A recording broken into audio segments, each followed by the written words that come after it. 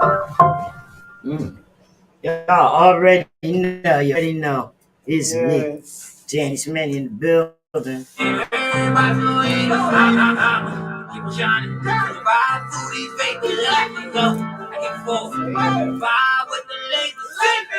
I got a plan for this place. I got back to the pros now. I ain't chilling with no clowns. I'm turning up drinks on the gas. Definitely even the whole dance. You don't know, you don't know. All right, y'all. All right, welcome to the Comfort Level Podcast with me, Jenny Schmanny. I'm in the building. I'm in the building with the Mogul Queen. We're gonna have a mogul moment today. Mogul, mogul. Yes. I gotta work this, so you have to go there. Sit down. Go back. Yes. So the Mogul Queen is in the building. Yes. And I want to reiterate to you that we are politicking. Yeah, politicking. I'm politicking. I don't know about y'all, for the Rare Jewel non-profit organization. Yes. That's right. Rare Jewel is going to Massachusetts, and she's here, Mogul Queen, Janika Quinones, to tell us all about it. So as you see on the screen, she needs us to join her in a celebration for her new location. It is a free event, and you need to bring a life jacket to donate. It's Saturday, March 12th, 2022, from 4 to 8 p.m. But guys, it's in Springfield, Massachusetts, and we're asking for donations to get the Queen there. Queen, you have the floor. Yes. Hey, everybody. You already know I'm Mogul Queen. And as I've told y'all plenty of times before, that I have the MQ Consulting Agency, and I also have a nonprofit organization here in the city of Camden called Rare Jewel Nonprofit Organization, where we raise awareness for traumatic brain injury children related to near drowning. And in efforts of us bringing the awareness, we also collect and distribute life jackets and give them out for free for children 5 and under. If you aren't on a spectrum or have any special needs, we deliver them personally to your house. And our ultimate mission is to save one young life. Yes, and on the screen is the website. Website. Yes. You can go to the website. It's going across the screen. So if you would like to donate to the organization right now, our organization has been invited to come out to Springfield, Massachusetts on March 12th to launch out there, where we will be bringing the awareness from New Jersey all the way to Springfield, Massachusetts. And what we'll be doing there is just basically bringing efforts and awareness by telling them about pool safety and awareness, what happens at the pools, how can a child drown in as little as a bucket of water or large as the ocean. How can you be vigilant when everybody is moving around? How can you help a child that's even drowning? So I'll be bringing them education and information on how they can do that in efforts to keep their community safe while the children are swimming. And also in efforts to keeping the community safe, we'll be telling them how to properly put on a life jacket. How does the life jacket actually work? You can possibly put on a life jacket on a child, but it may be installed wrong and the child can still drown inside of the life jacket. So I'll be coming there and promoting all of that. But in efforts to do that, I need everybody's help and assistance and support. I would love for y'all to support us by going onto my website, mqconsultant.info, and pressing on the actual PayPal link, donating whatever you can, so like that we can be able to afford the transportation to get down there and the hotel stay while I'm down there for the weekend. Also, if you don't know, March is a big awareness month for traumatic brain injury children. It is actually National Traumatic Brain Injury Awareness Day on March 13th. So the whole March, we're going to be talking about traumatic brain injuries. We're going to kick off with my launch on March 12th in Massachusetts. You can also always go onto Facebook. If you under Facebook, you can go under the actual fundraiser for Mogul Queens fundraiser. If you search that up, Mogul Queens fundraiser, you will actually see that there's a fundraiser on Facebook asking for donations. It's telling you further information on why we need the donations. And also, furthermore, you can find me on Facebook under Mogul Queen. Inbox me. I'll gladly send you over my Cash App, and you can Cash App me that way. Any way that you feel more comfortable with sending the money. Helps. And anything helps, towards the cost of basically the hotel stay and the transportation. I can't do this alone. This is a community effort from city to city, state to state, the whole United States. At any point in time, a child can drown. Okay, we got to stop right here. Mm-hmm. Okay, because I want to tell you why this is so important to me. Not the fact that I love children. Mm-hmm. I also love Janika. Okay, so anything that she touched is golden to me. Yes. Okay, but this is the month of March, and I had a grandson that was born March 6, 1991. 4.5 years later, he passed away from drowning. Okay, not many of people know the story. We have not even told the story because we're traumatized from it. My family is traumatized from it. My daughter's traumatized from it. On March 6th, he would be 31 years old today. Yeah, I'm that old to have a grandson that would be 31 years old this week. Okay, in 2 days. I'm devastated. Okay. This wasn't a case where we were able to, even if we had a life jacket, we weren't able to put it on him and watch him swim or anything like that. It was an accident. It goes back to his traumatic brain injury because he was diagnosed with autism. So his name was Sean. Sean was very active, he loved the music, loved the radio. There was nothing on the radio that you wouldn't hear him although he was nonverbal. He could speak, but only when he wanted to. He was very smart. One day driving in the car, they just driving down the road, and all of a sudden he says COLORTILE. Looking at the signs going down the street, the store, color tile. You know what I mean? He's 4 years old. He was very smart, but and that day, it just always seems like he was going somewhere. We spent all those years since he could walk chasing him. He was very fast. He got out of any lock, anything. I don't care if you chained the place down. He was getting out. Right. He was getting out. You know what I mean? So he did stuff like go in the refrigerator and always digging in the leftovers, and I made sure that I left stuff there that he could dig it. Right. Because I knew he was going to do it. So you knew, sometimes we would wake up in the morning, he wouldn't even be in the house. It was crazy. It was a good thing though that we lived in a complex where, people knew him. Right. You know what I mean? That's what it should be. A community effort. Once we moved out of that complex, this is where the drowning happened. When my daughter was vacuuming, he snuck out the door to a house next door. He climbed over 2 4-foot fences, and he broke through another 2-foot fence, took his shirt off, and jumped in the pool. He was only in the pool for 15 minutes, I guess. Because my daughter, it was only a few minutes that my daughter noticed that he wasn't in the room with her, and she ran out there and she was outside looking for him or whatever. We happened to live across the street from the fire station and the police station. So, my daughter, she ran around the house building, because it was a building with like 4 or 5 apartments in it. Right. She ran around the building calling his name or whatever, and she didn't see him or whatever, so she immediately ran across the street to the police station, and that's where she heard the call come in, and with the address, and she knew what street it was. It was the street right next to the street. It wasn't even, not even a block.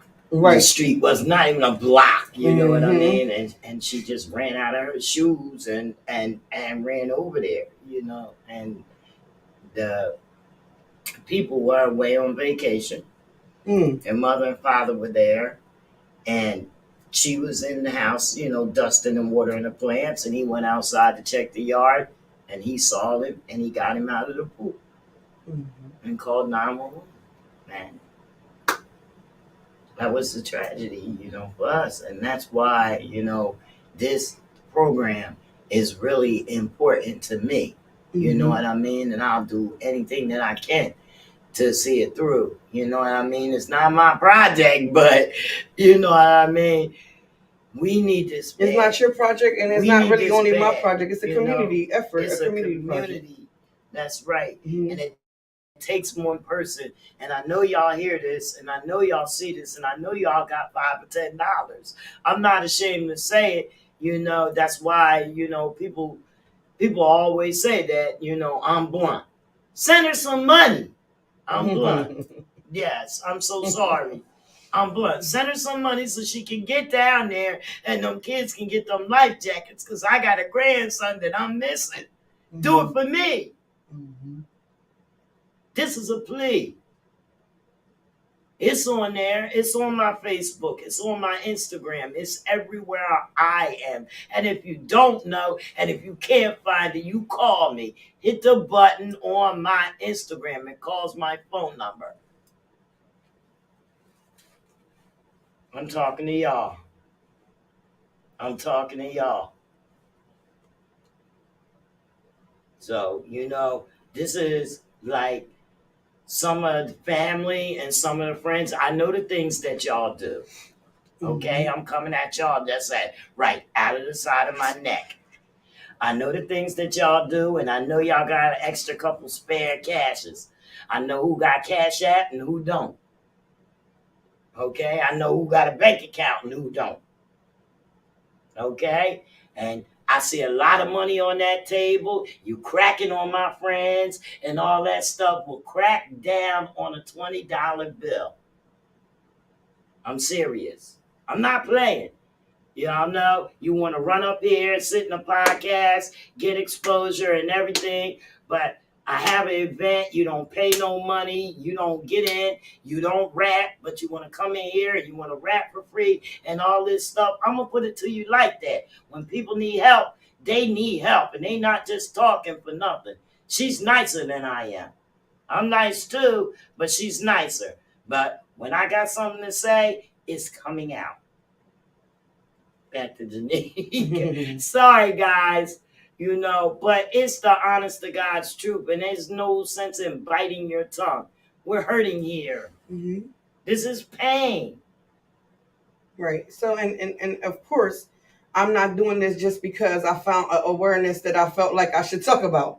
Of course, we know from my side of the view, my daughter actually had a near drowning and suffering from a traumatic brain injury, and you know, and she's nonverbal and she's quadriplegic, and of course, I've been her sole caretaker for the past couple of years. So not only am I actually physically in the background taking care of a child that suffers from a traumatic brain injury related to a near drowning from a hotel pool stay that we were at, I'm actually communicating with people and raising the effort, because it can happen to you. It can happen to a family member. Don't wait until it happens to your family member to then communicate with me and ask me all of the background information.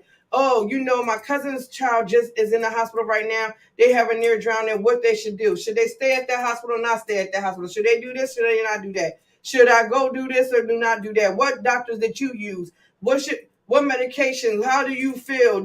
Don't wait until that part. Don't wait until that part to reach out to me. Reach out to me now. Let me know how we can save not only the children in the street, but children in the community all the way around. Like, let's go into the community pools. Let's put in stipulations that no child should enter these hotel pools, these public pools without life jackets. Let's put up taller gates due to the fact that children is easily climb over a 4-foot gate. Come on, people. Some pools don't even have gates around them. That's the law. Yeah, you know. So let's just put more. If we put is the law. Right, if we put in more efforts, then Laws change every day because people law. step up and people make a difference. The law, make it an 8-foot right. fence. And Rare Jewel is only going to be as big as the community wants it to be. I can sit up here and I can talk all day long, but it's my community that's going to have to back me up and tell me go harder. Like, show me that I need to go hard. I'm already working out of my own passions, but my community is going to say, you know what, we have your back. Go ahead to Massachusetts. Let them know what's going on. Tell them how can we save the community and the children in the community and bring this awareness. Because there's people running around here. When I go out to hotels, I see children drowning even in life jackets. And I tell them, I say, hey, you got the wrong life jacket on them. And then when I tell them how to properly put on their life jacket or tell them that they need to go, how they need to go about finding a more proper life jacket, they actually thank me for it. You know, or sometimes I stay with life jacket. Like right now, I could go out to my trunk and have at least 2 life jackets back there. No matter winter, spring, fall, summer, I have life jackets on me because people are going on vacations. It's different things that's going on. If you around water, even if you inside, the child should have a life jacket on. You know, it's just like if you at a lake and y'all come over to the picnic area and they're eating, that life jacket is still comfortable enough for them to eat with the life jacket on. You do not want to miss it because that's when they're going to feel free when you take off the life jacket. As soon as you turn around and feed the other child, like I did, the child's going to run off. The child's going to run off. Children don't ever ask for permission for anything. Like, you have to teach a child how, especially you got to teach a child how to ask for permission. And some of them, they delayed in process to even picking that up. But if you outside and everybody seems free and everybody running around and everybody enjoying and having time, that's the kids go. Like, hey, I'm free to go. When I was 9 years old. You know, like I saved lucky I had a pool. Franklinville Lake almost drowned when I was 9. My sister, she took me out on her back, and we went out. The next thing I know, I was underwater, and all I could feel was my sister going like this on my face. She was trying to hold my nose. I don't think I was trying to do was climb up on her shoulders or whatever. I swear. And they saved us. Yeah. So it's a horrible feeling. I'm scared of water. I don't go in water above here. I'm afraid. My organization. So what we do usually, like this is going to be my second year of my nonprofit organization, but we're taking the launch onto Massachusetts. My first year, what we did was we basically told the community, we opened it up, of course, with just bringing the awareness, and then after that, we had a moment of silence. If you have someone who passed away from an air drowning, we actually give a moment of silence on that day for every child who passed away from a drowning on March 12th. But this year will be March 12th. So if you have anybody, you could write a little description of, who they meant to you, and then a picture. And that day, my creative director, she will make a compilation of it in videos. And then when it's time for the moment of silence, that will run on all of the on both of our sites.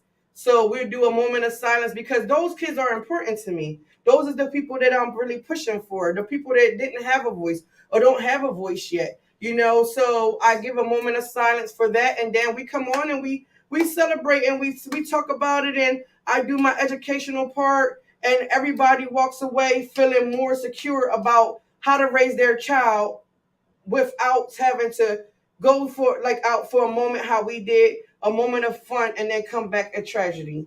Because we never made it back home the same ever. We will never be the same ever again. We left as a family and we came back destroyed. So in that part, I don't want no other family to ever feel like that under my eyes. So we are on a mission to save one young life. That's it, and that's all. The things that are happening today, you never know when you're coming home with a tragedy. Exactly. I mean? It's just so many dangers out here now. You can't even walk down the street. You don't even know whether or not you're going to get bumped off or something. You know what I mean? I don't want to say that much about, the crime rate, but it's going up. You know what I mean? And we doing what we can to save our kids. You know what I mean? Right. So, of course, everything that I do in my organization is free.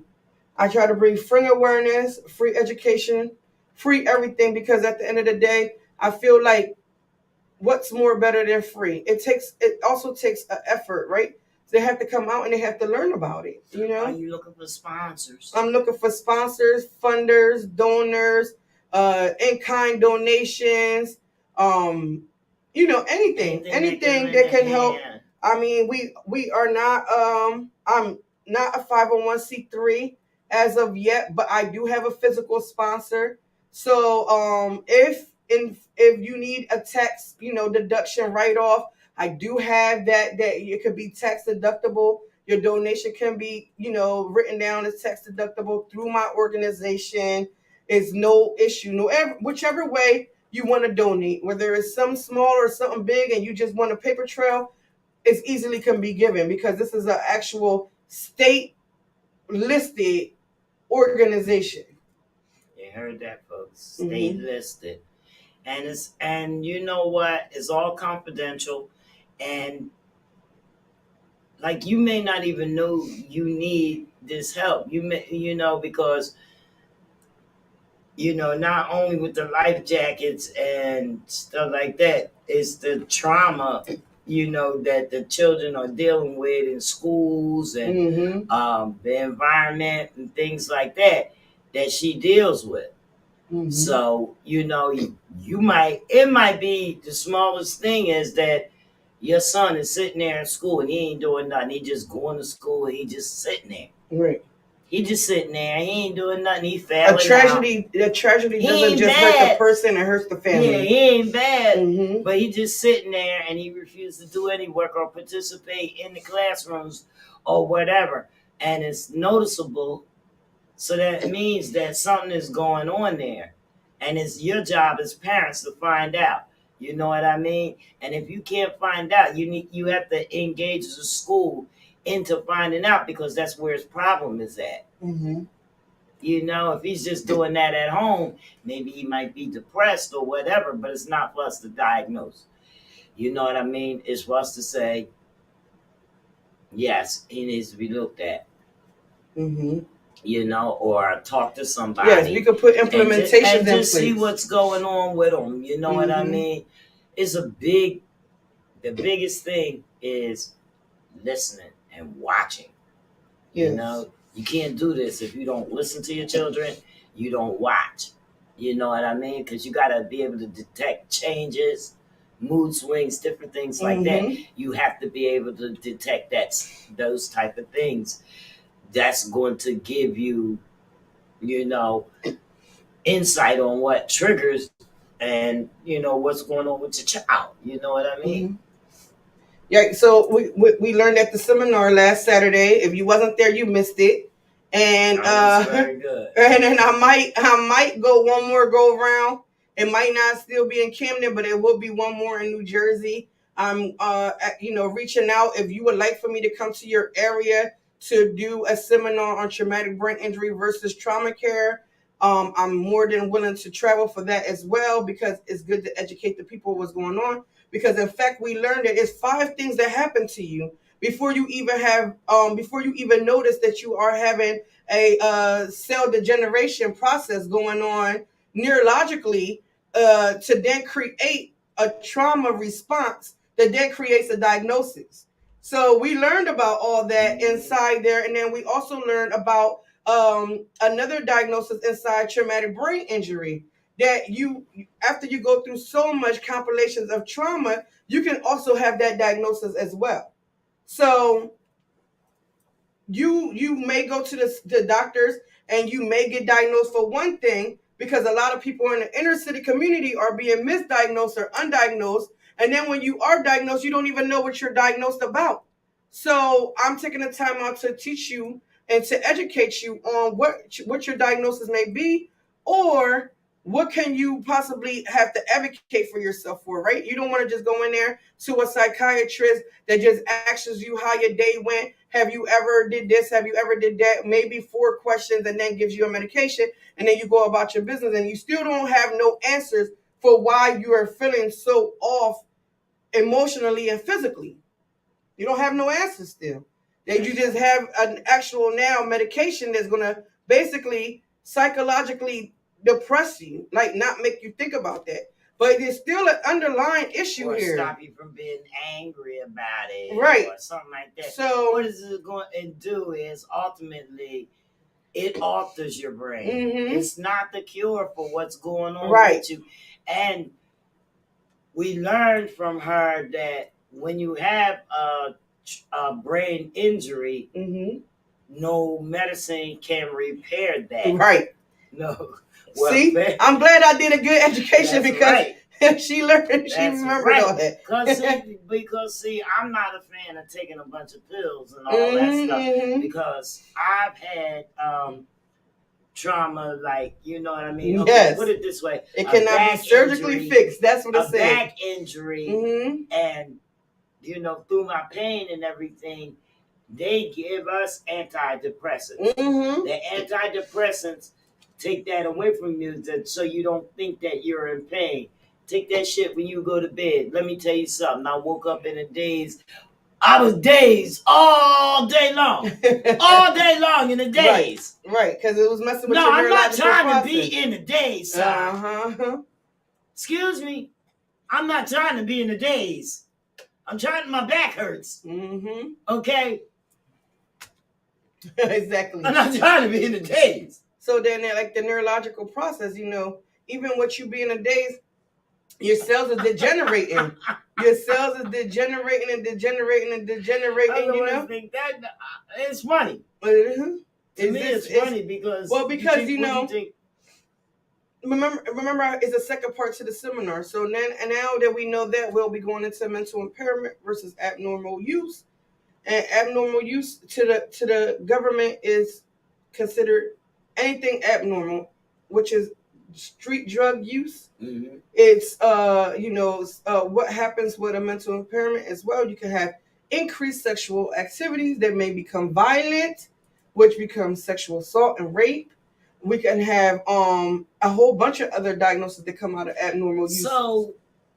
So we can probably attribute a lot of violence and sex crimes to mental impairment. Mm-hmm. And then they went and start using street drugs and mm-hmm. stuff and got worse. Mm-hmm. Well, like a lot of people, like I mean, I be in a lot of, you know, sometimes I be in the courts and stuff, and I listen very closely mm-hmm. because of it, just something that I do. Went in there because I want to hear what the people have to say, and a lot of people say, this crime, this violent act started, for my mother not loving me, or for me just being raised on the streets, or you don't understand, I was raised through the system made me this, made me this hard, and I'm angry, they took me away from my parents, and my parents they wasn't abusing me, they was abusing me, And the person that's standing next to you say, oh, you okay, you survived it, didn't you? Don't worry about it. It don't go like that, okay? Yeah, so then now you got this up here mm-hmm. and in here, mm-hmm. okay? And something has to be done about it, because it's not a satisfaction to the person that's feeling this way. Mm-hmm. You don't tell a person how to feel. You just don't. And right, and so sometimes our mood, remember we learned too that sometimes our mood can stay stable, but then it could either happen very fast, or it can take even months and years for it to show up. Mm-hmm. So if you put a child through trauma, by the time they turn a teenager like me, that I basically got so altered, my brain got so altered, mm-hmm. I was lost. I didn't even know what was going in my mind. I was just running rampant with it. I just was like, okay, whatever, yay, you know what I'm saying? Like I didn't care. Remember I told you I used to live to die. And I'm from the old school, so we was told everything that's good for the goose is not good for the gander. Yeah. Okay? Mm-hmm. And it's not. Everything that's good for you is not good for your child. Mm-hmm. You might say, well, I did this because of this, that. Yeah, and it was a good thing that you did, and you was protecting them and everything. Mm-hmm. But the simple fact still remains that it affected them. Right. And you got to deal with it, and you got to face it. Yeah, it's generational trauma. It affected them. Mm-hmm. And sometimes generational trauma is so complex that The parent doesn't see no fault. The child doesn't see no fault. Like it's like Whitney and Bobby Christina. She saw her mom doing drugs every single day inside that limousine. She didn't think nothing of it, but ultimately it killed her the same way it killed her mother, a drug overdose. Right. You understand what I'm saying? The same exact The way. same exact way. A generational trauma. I kept hearing you. Oh, the thing, the spray is going off. Like that's what that is. Yeah. So look at that situation, how that ended, and she loved her mother. Yes. Everybody loved Whitney. Everybody knew Whitney did drugs. Yeah, nobody. We all love Whitney. Whitney, we Nobody love you, cared. Whitney. What? We loved you. Whatever way you had to perform, we was definitely rooting for you. We didn't care about that. Especially up from the hood. We ain't see nothing wrong. Some of this stuff to us is normal. Exactly. Like we perceived it. I mean, we perceive it as normal because that's the way we were growing exactly. up. You know what I mean? We were tuned into it, and it just flew by us like, oh, that ain't nothing. He's smoking a blunt. Exactly. It ain't nothing. Nothing. And then, and the child looked at it like, why you take me away from my parent? My parent was just getting a little high, but we was all right. We all right. And of course the parent was taking care of their trauma. She was more loving after she hit that line. Exactly. Like my own mother. Like my mother, what? That's what she named herself, Really Love. Listen, that lady could love you. She'll make you believe that that you knew her forever and you loved her forever. You understand? Like one day of love with her, you will never go back the same. Like you wouldn't want to do nothing you did before you met her because she made you feel so loved that you didn't never want to depart from her. She was full of love. Exactly. She just had her trauma. Exactly. So that's what we're gonna do. We're gonna do mental impairment versus abnormal use, because of course when we go over into the medical world, now that becomes medical use. The same things that we're using in the streets, the same thing they could even possibly give us. But we're going to get to the bottom of it because, of course, in the medical world, they're quick to just give you an antidepressant, an antipsychological drug, give you all of these things. Right. But if we can educate you about it and make you take a different route and make you think twice about either doing a response or a medical use, then my job here is done. And what we're going to do, and that's going to be forever because I got to talk to a lot of people. We're going to start bringing in some guests on Thursdays that Janika can talk to that deal with these type of things. People in the medical field. Also, I want to. Well, I don't know if she's going to come, but I know she's going to ask to come online. I'm going to see if I can get my friend, who I consider a family member, Patricia. She works, she's a mortician. Okay. But what they do is, when children die tragically or whatever, and they can't afford to have funerals and stuff like that, they assist. And I believe it's, I'm not sure if it's Greenwich or what. I wonder how many children you have to assist, because they don't have no more family. Let me tell you something. I reached out to I'm sure it's a lot. So many times. I reached out to her. They do what they can. They do what they can. Sometimes they take care of the whole entire funeral. So she. And we also learned that here because we're losing so many kids, and I know for a fact that none of us is prepared to financially, physically, or mentally bury their children. Right. All the way right. And also off of trauma. Anytime a child dies from a parent, it's traumatic. And that's why a lot of times before when people would tell me like, "Oh, you so strong." And we're not strong. I despise when somebody said that. I was like, because if you only knew how I just want to drop here and just scream. Right. But what would the scream do for me personally? What would that do for me? I'd rather change my tragedy into triumph and She tell look like and you going to educate. war. Yeah, educate y'all on it. I say I'm in militant guard. today. She put on the full guard. Yeah, I'm militant today. I'm gonna my pants like that too. I'm on a drill. That's how I call myself. I'm on a drill, and I'm out here to educate the people on what's going on neurologically, and I'm here to educate the people on what is a traumatic brain injury related to near drowning. How can we bring in pool safety measures? What pool safety measures can put in place? If you don't see them pool safety measures in place, how can we implement it? How can I come and assist your family with getting them pool safety measures in place? How can I come assist your family on how to properly place a life jacket on your child? If you don't know, I do have a video that I have done from a previous. They invited me to a actual pool party, a private pool party, where it was given by VOE, Voices of Encouragement. They deal with children as well, and she had a private pool party for girls that was graduating from high school. And I came out there and I gave them education on pool safety because, yes, they're graduating from high school, right? Mm-hmm. But that doesn't mean that everybody graduating from high school knows how to swim. I follow a lot of cases, exactly. Adults even drowning. You know what I'm saying? At the beaches and stuff. So I just gave them education on how to be vigilant.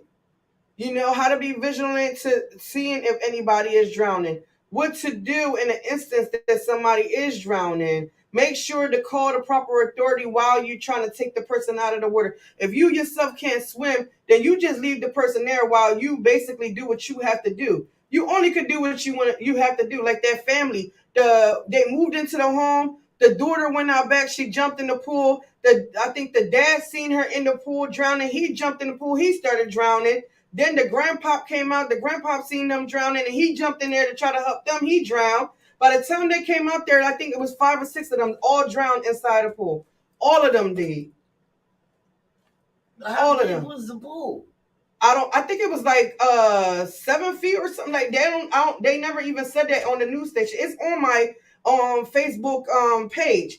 I shared it. It was a whole family. I missed that one. Yeah, a whole family. What was it, last year or the year before that? Yeah, it was. I think it was at least 2 years. This was when I first started my organization. The whole family. They thought that first it was foul play because the one person the last people laid up in there. The last person who went out there to go see what was going on, she found them in there and called 911, and then 911 thought it was foul play, and it was, coming down on her. But when they did the autopsy, it came out to find out that all of them went in there and drowned. So it's tragedies like that. Like they just bought the house. They wasn't even in there, I think, a month. I can't even believe that. Yeah. It was just not even a month. It happened here. Where was it at? Williamstown, or it was close by too.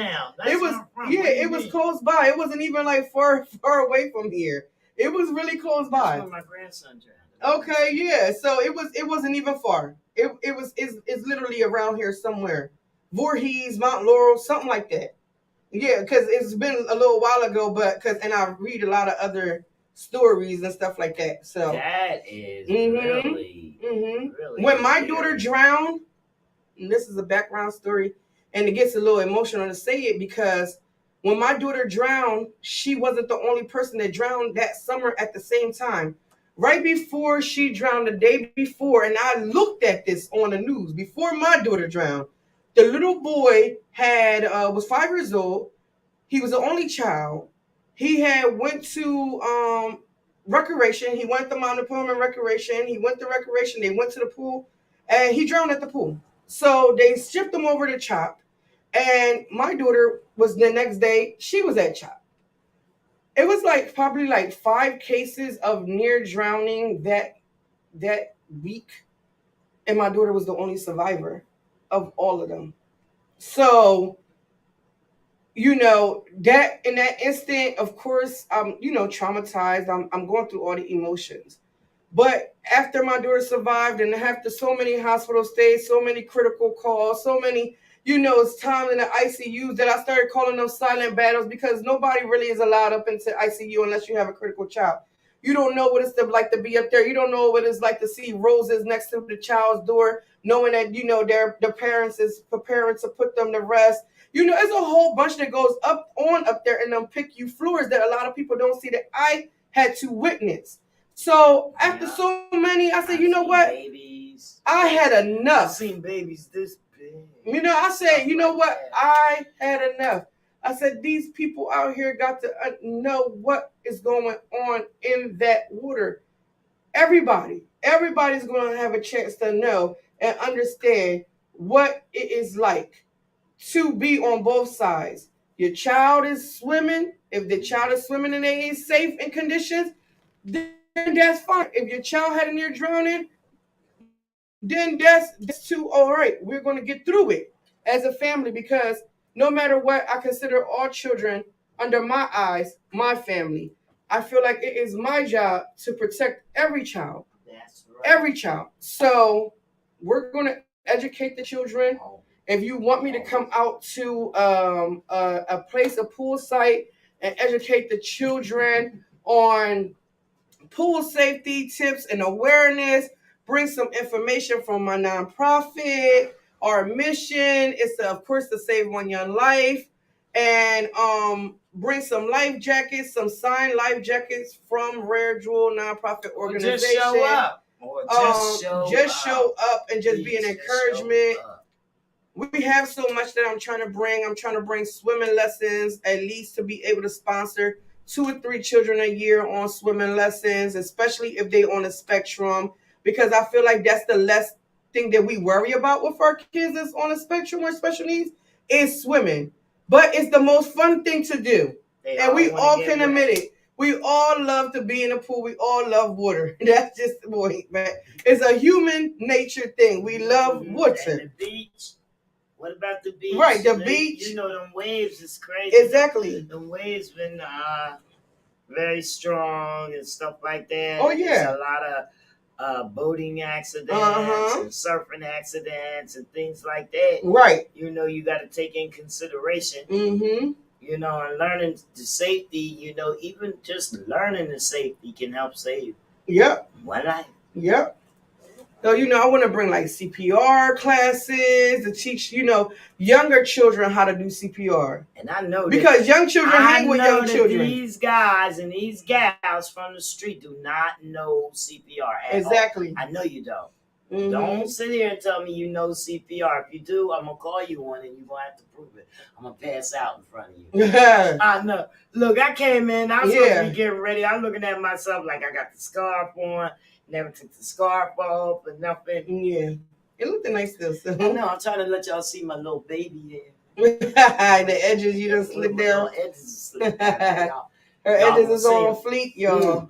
Y'all going to see them. Mm-hmm. So, you know. There's just so much that I'm trying to step up and do, you know. And I have a consulting agency and a nonprofit. You know, the most thing that I notice is that people won't help until it's their time, until it's their turn, until it's their family member, until they see it with their own 2 eyes.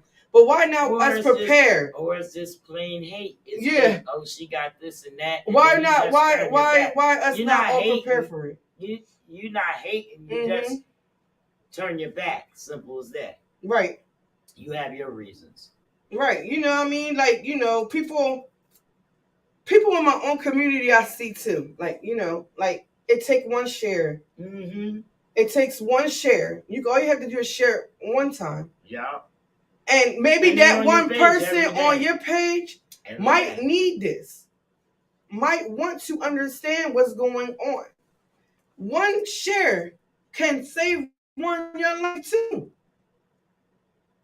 You understand what I'm saying? I understand. And I understand that you've been my friend on Facebook for years, so it might not be that important to you no more. You know, it might be feeling old, but to somebody on your page, it might just be brand new. They might have went through it, or they might don't want to go through it. They're a new mom. They don't know how to put on a life jacket. You know, everybody doesn't learn on the same levels. Some people are from special needs to special need. You know what I'm saying? Like their family. Like I always tell people, I don't want to tell people no more that I have a special needs child. What about? I'm a special needs family. Everybody in my family now suffers from the same thing.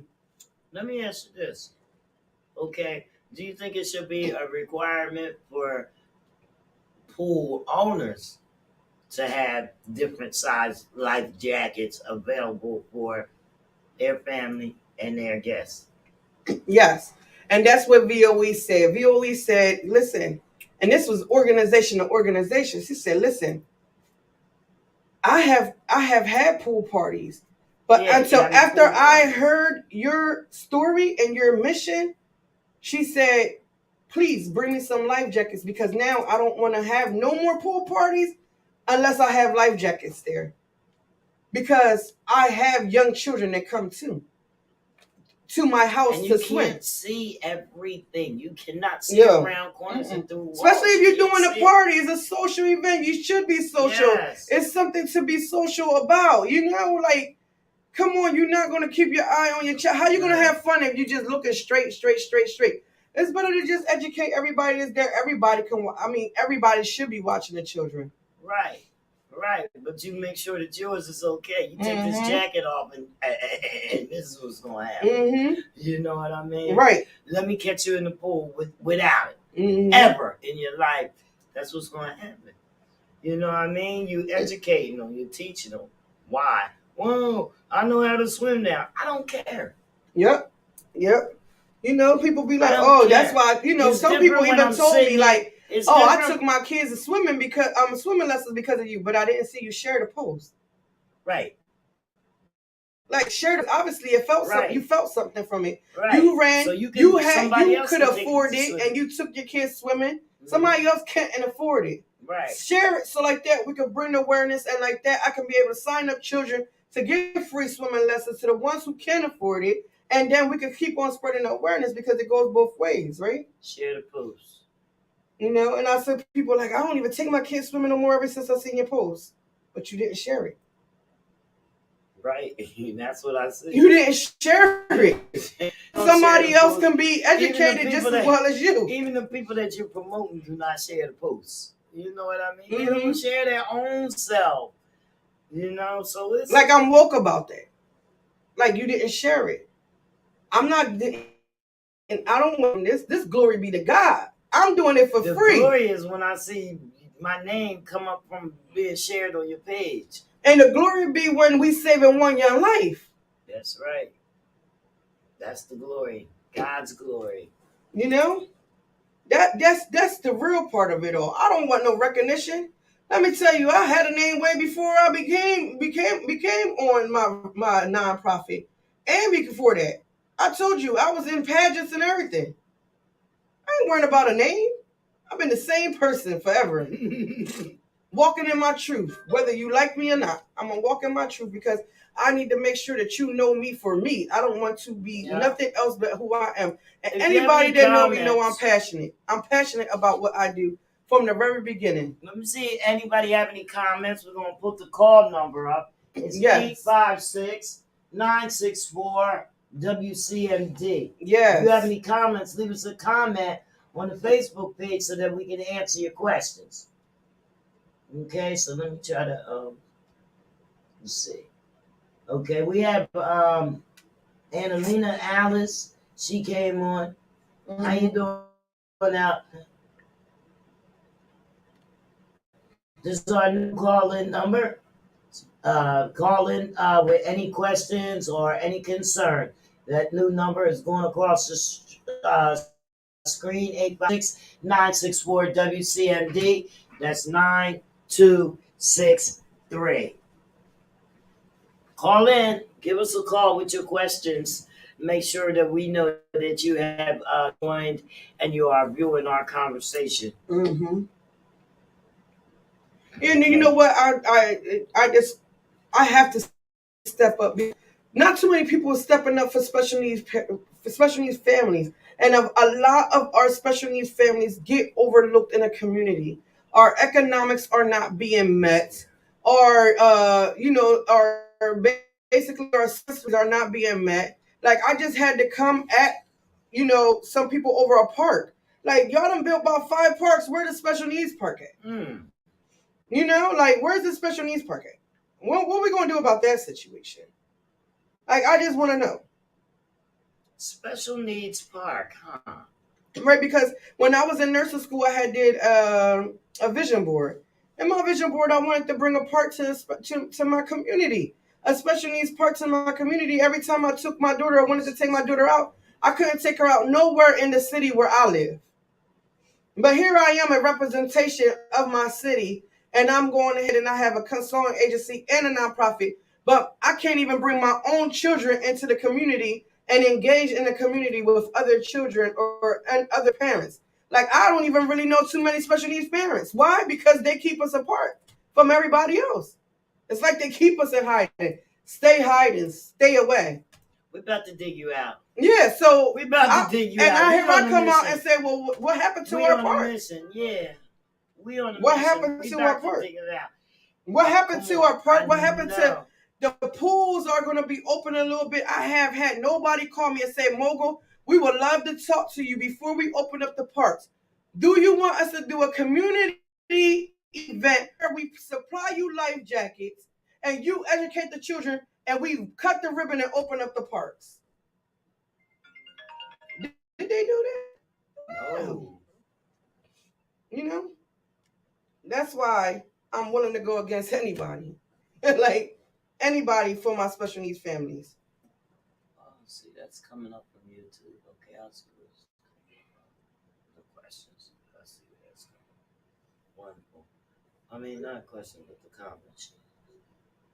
So I came up with these titles. She's out of what's the name because it's a different language is coming up and we don't understand what it means. It comes up every time on our comments. But shout out to Annalena Alice. Is it in Spanish? Nah, it's in something that says VUN. I don't know. Every time it's somebody else that comes on, I don't know if they're just doing that onto, spamming YouTube or whatever. But we're live on 8 platforms right now. Right. 2 YouTube pages, 3 Facebook pages. We're on the web, we're on Twitch, and we're on Twitter. So make sure you check out the Comfort Level Podcast. Yes. WCMD Media. Mm-hmm. So those are the 2 names that you can find us on all streaming on all our platforms. So what we try to do here is bring awareness, to the platforms and the programs that mean to us. Mm-hmm. So you're going to frequently see the Mogul Queen in this building. And we're going to keep this until we ride the reins off of them. Mm-hmm. I mean, it's plenty to do, and this is only going to come from the community. Let's do it what we got to do, people, for our community.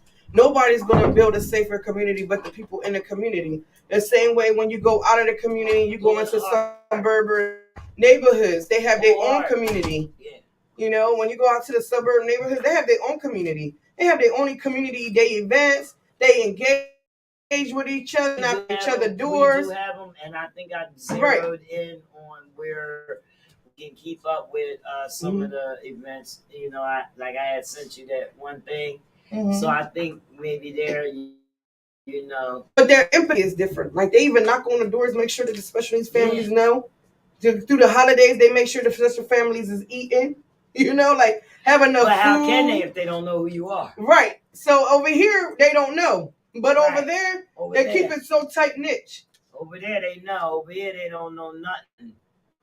And I understand that a lot of families in our environment, our poverty come from our environment. But I'm telling you that if we start changing things, you ain't trying to get COVID, huh? Little bit at a time. He over there cleaning up. We can definitely make a difference. Yes, we can. The COVID mandates have been dropped in Philly. Oh my God! Everywhere here. No masks. You don't have to wear masks. It's optional. Mm-hmm. Yeah, the hand washing and hand sanitizer probably went out a long time ago because I haven't heard anybody talk about a long time ago in months. Remember, you had to wash your hands. You had to sing happy birthday 2 times. 20 seconds. 20 seconds. You had to sing happy birthday 2 times. Yes, and they don't do that no more. They haven't been talking about it. I think Jersey is going to take the mask down Is it sometime Monday? this month. I think it's Monday. It's Monday Especially already? in schools. In the schools they and dropping things like that. How do you feel about it? You know, I said from September 1st when they started school, whatever day they started in September, I said it is a crisis going on right now. You can go back to when I first started my consultant agency. I started off with doing the actual in-person community engagement. Mhm. I was explaining to the officials of City of Camden that it is a crisis within our schools, that it is not safe for our children to return. And even further so, making valid points on why our community is not safe. Point one being was, point one being was in the community for our children to go back to school. I said, y'all started off wrong from the very beginning. Before every child went back, they should have had every child COVID. Boom, bow, bang. That would have ended a lot of a lot right there. We would have had probably about, out of the 1,000 children that may be returning back in New Jersey, we probably would have had like 200 children returning back out of the 1,000, right? But it would have made it community safe inside the schools to return back that way. Then we would have been able to put on our masks while we were in there. Of course, we would have had the hand sanitizers. I felt like they didn't have no safety plan. Like they didn't. Between every class, at least, or rather say, after every 3 hand sanitizers, 1 hand wash, or after 2 hand sanitizers, 1 hand wash. You understand what I'm saying? Hand sanitizer is not gonna keep your hands sanitized all. Yeah, you gotta take some time out. Like, that's what I do as a nurse. If I feel when I'm on the floor, I sat there hand sanitized already twice. I'm taking time out. I'm going over there and I'm using an antibacterial soap and I'm washing my hands and doing the birthday song, like you said. And I'm making sure that I'm scrubbing in between my hands, between my fingers. I'm making sure I'm coming all the way up to my elbow. I'm making sure I'm hitting the back. I'm making sure that I'm even inside the creases of my nails. You understand what I'm saying? Because I do have lymph on my nails. So I'm making sure I'm in there. I'm taking time out to make sure that I'm protecting myself, anything. Because when I touch the patient, I have gloves. Surgery. Like, yes, I'm making sure I'm doing that. Because not only am I'm putting myself at risk, I'm putting my patient in risk, right? My client. Yes. So I have to make sure that all safety precautions between. So in the community setting, it was a breeding hub for it. Because I'm one-on-one. These children was 5'7" to 1. But then they saying, oh, you know, we're gonna have the risers on the desk. Now that opened up a whole nother thing, because now the child are feeling emotionally detached from the other child. They done came to school, half of the time the kids come to school to see other kids and engage with other children that see they're happy. In timeout. Right. So now all day they in timeout. That's another. Now we're going from the infection control not being met to now the emotional needs not being met. All the way around crisis. I brought that to people's faces. I let them know my input on it. I said it was not safe to return. I understand clearly that children do not want to be home either, because it was being one of those situations where a lot of crime was even in the homes. So why we couldn't just take them implementations and put them in real fast? Especially I said, okay, y'all don't do it now. When the kids go on Christmas break, do it. By Christmas break, we had the surge. You remember by Christmas break, we had the surge? Yes, yeah, that was crazy. By Christmas break, we had the surge. I know half of them probably was like, if we only had listened to Mogul back in October. But they don't never want to listen to me. Yeah, they don't want to ever listen to me. They ain't want to listen. Keep your mask on, wash your hands. Still keep it up, because it still can go around. Us three right here, we're vaxxed. Mm-hmm. Yeah, it definitely is. Are you boosted? I ain't get my booster, but I will. I'm not due for mine yet. Yeah. You gotta wait until you 5 months out to be 6 months out to be able to get the booster. But as a nurse, I'm definitely mandated. I already had it. Oh yeah, but it's not mandated for you to get the booster. It wasn't even mandated for you to even get the vaccine. But to build your community safer, you took the implement and the initiative to do it. Yeah. Everybody had their own input on it. I even had my own input on the vaccination, whether I was for it or not for it. I feel like as a human being, you had the right to choose which one you wanted to, like what you wanted to do. But overall, I feel like the infection control part, without even going to the vax part and without going over to all the other implements that they put in from the CDC, I felt like the most important one was the infection control, because we were dealing with children, small children, right, that have really not too much clue of what and we the thing of it experiencing. is a school is not even that big. You talking about the whole community, the whole United States, and the school is not even that big, and then you can't contain or control nothing. Mm-hmm. And something's wrong. Mm-hmm. Something's wrong. We don't have a stronghold on anything. You cannot contain something in one building. You know what I mean? Wipe So it out. then, you know, I was up at these schools, especially when they first went back. What? I was up there because I said, make it make sense to me. You telling me that if a child is sitting at this hub with these 5 kids, but it's really 15 kids in here, but the one kid in the hub comes up positive, that only that hub goes home. The other 10 children stay here. Nah, I think that's great. How? I'm saying, like, make it make sense to me.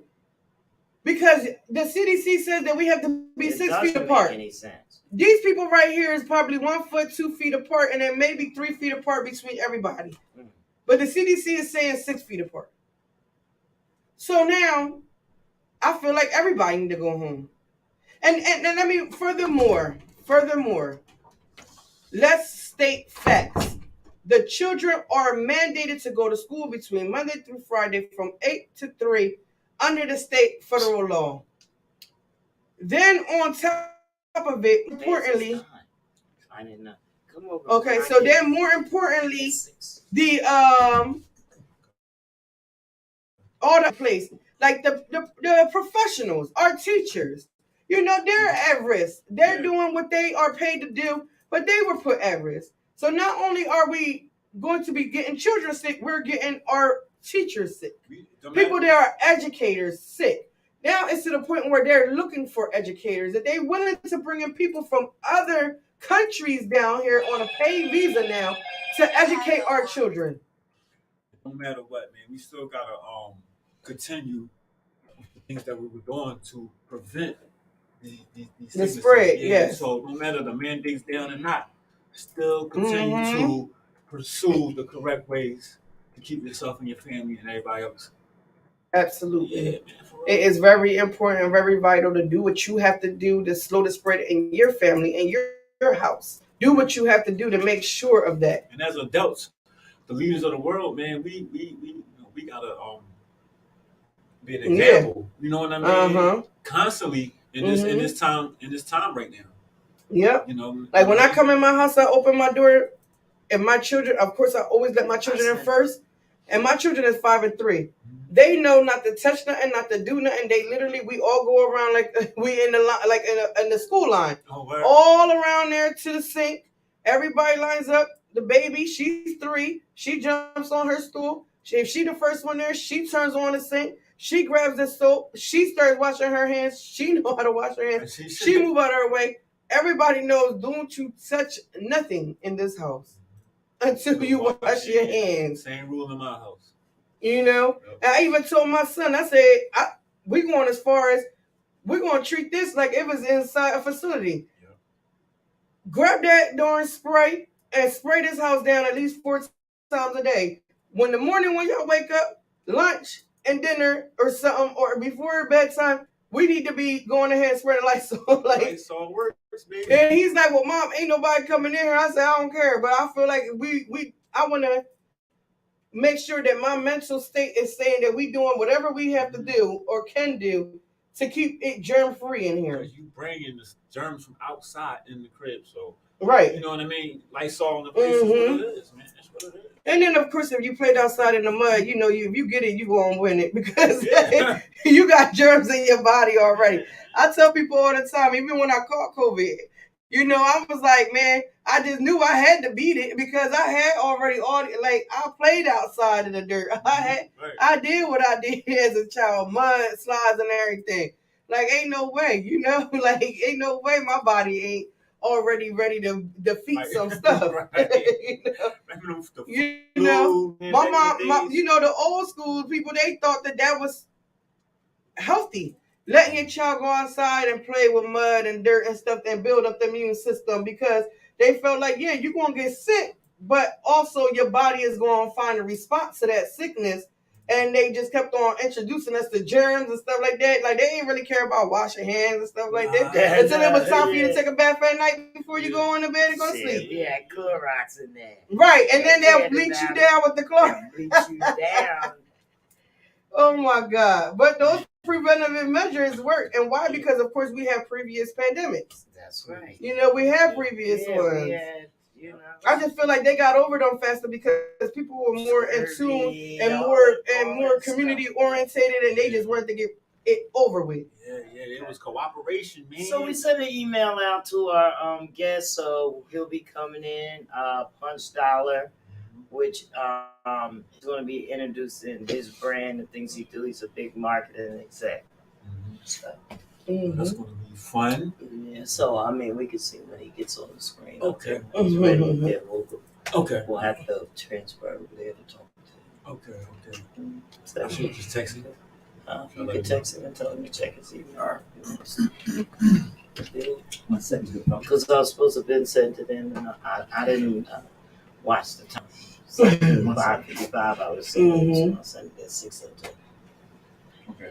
Yeah. The crazy thing. So while we waiting, I want to say one more thing. I even made a suggestion of. I said, with community engagements, let's have a mass exchange, a mask for a mask. Let's try to keep our community safe. Right.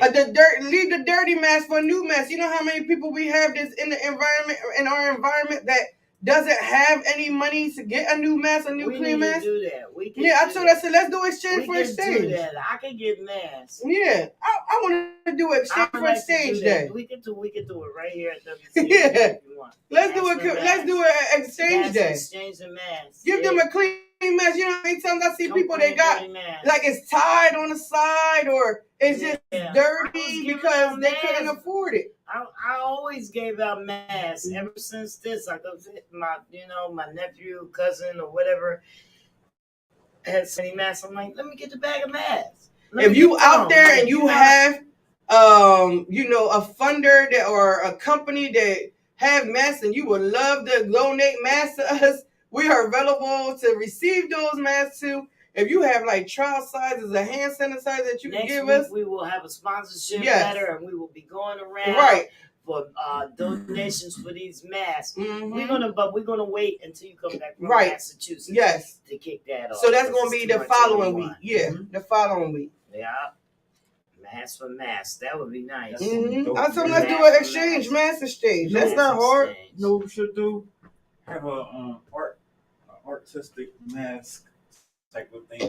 You know what I mean? Where decorate the mask. You know what I mean? Well, I mean, for but the kids to get them more like the CDC was saying, that with the new COVID, the new strand, they didn't even want us with our masks no more. They didn't want us even with cloth masks. They said that the surgical masks and N95 masks were the more secure masks to spread and just to prevent believe spread. When you come, you're getting a surgical mask. You're not getting a cute mask to say the Comfort Level Podcast, right? And all that stuff. If you want to wear your cloth mask to represent your brand, you will get those. If you want to represent your brand with your cloth mask, you should wear it over your. But don't bring that to exchange. Don't bring your brand mask to exchange. Right.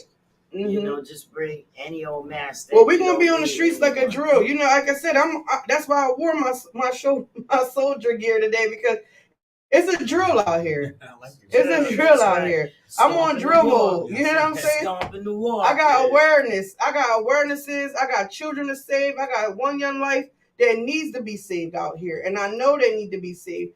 And a lot of children need somebody to advocate for them. So soon I even will have advocating trainings where I'm going to be taking the time out to teach a parent or an educator, anybody like that wants to learn how to advocate.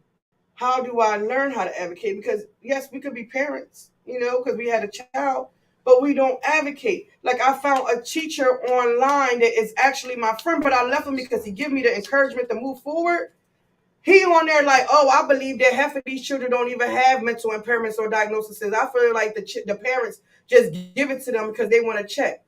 And I'm thinking to myself, how many children running around here that don't even get a check because they ain't even got to give them a check? Right. Or how many parents is around here that just mentally impaired as a child?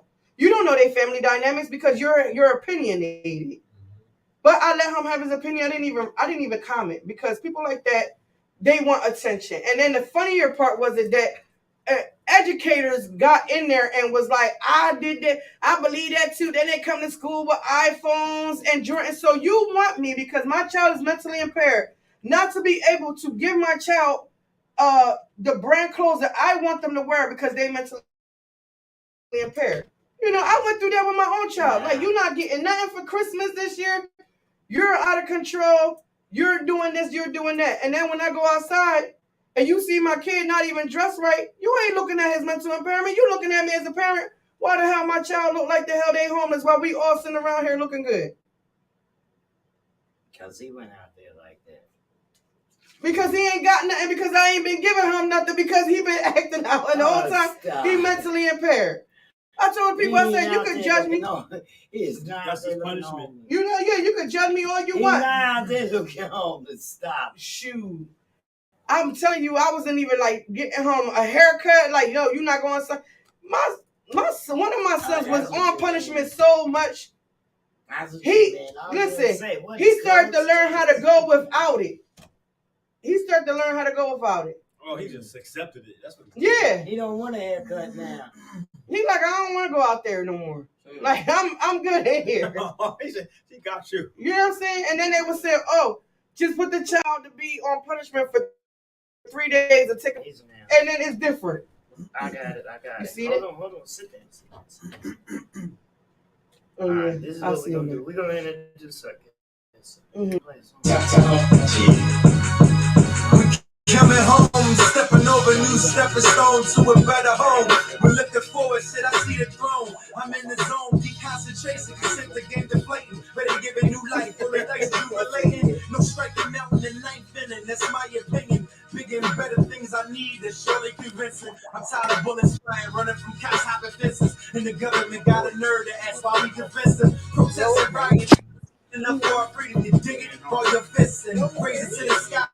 For what you believe in, we on the brink.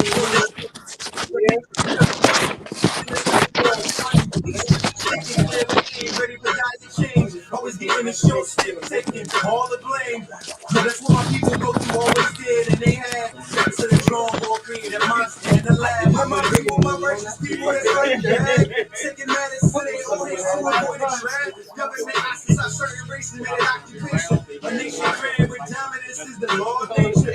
My people, my righteous people, that's fighting back. Taking matters to their own hands to avoid the trap. Government access our certain races made an occupation. A nation created with dominance is the law of nature. Must be killed, fight, strike a deal. Before I have to hit him, take a mill. Kill a nigga all for nothing, like Ian McTill.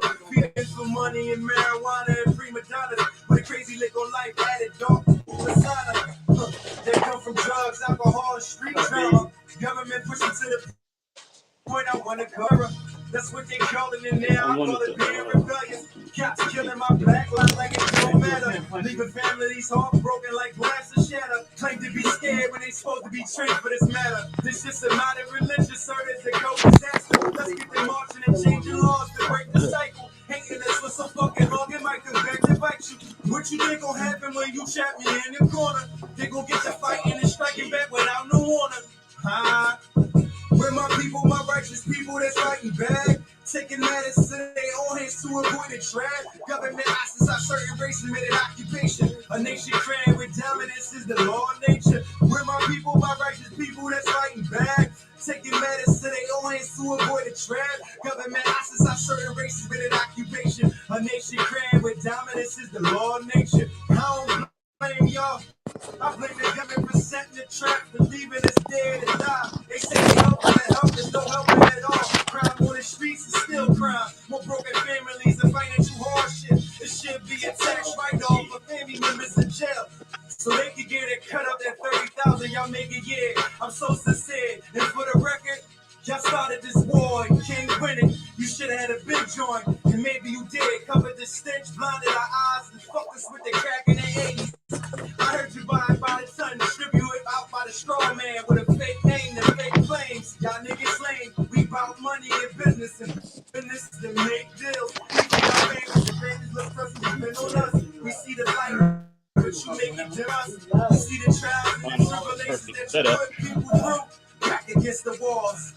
Snitches and money and bills. Y'all built this empire that wouldn't fall, only to fall in the ghetto and employ this system. Forever having jobs, all over sentences handed down like it's called tickets. Now this shit crazy vivid, and our babies living. What the fuck is going on? I'm about to change the gimmick. Where my people, my righteous people that's fighting back, taking matters to their own hands to avoid a trap. Government ostracize certain race limited occupation. A nation crammed with dominance is the law of nature. Where my people, my righteous people that's fighting back, taking matters to their own hands to avoid a trap. Government ostracize certain race limited occupation. A nation crammed with dominance is the law of nature.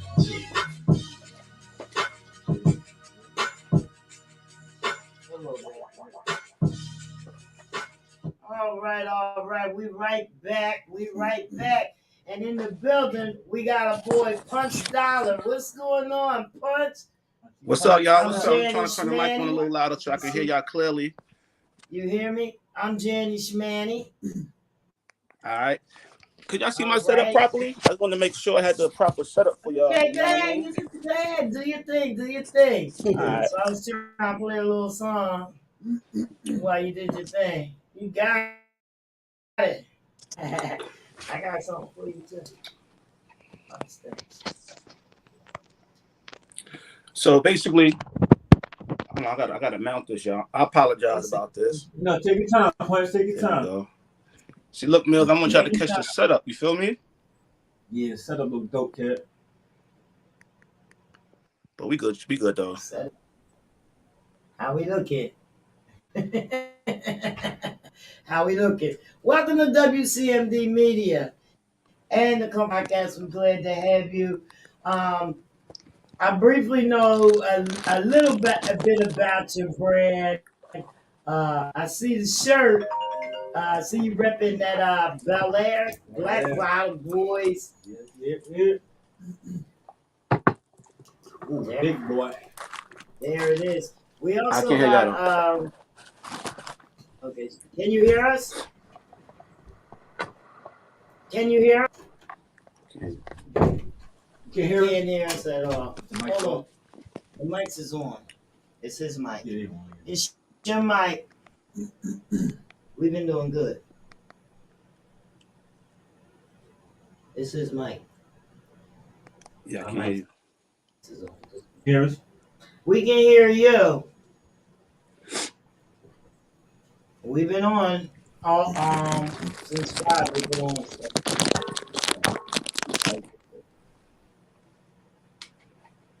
As you can see, he's repping Bel Air. Yes, tell him a little about him. He's worked with Ross on his mission. So this is Punch House, man, from Queens. He This man he's very international, man. He's traveling very all over the world. He's still Punch. It's his mic. we can hear you. We can hear you. He's out here. He'll be back. Yeah, so this is brother from another mother, Punch Dollars, man, from Queens. He's for Rich Forever, which is Rick Ross label. He sponsors Monster, the energy drink, also.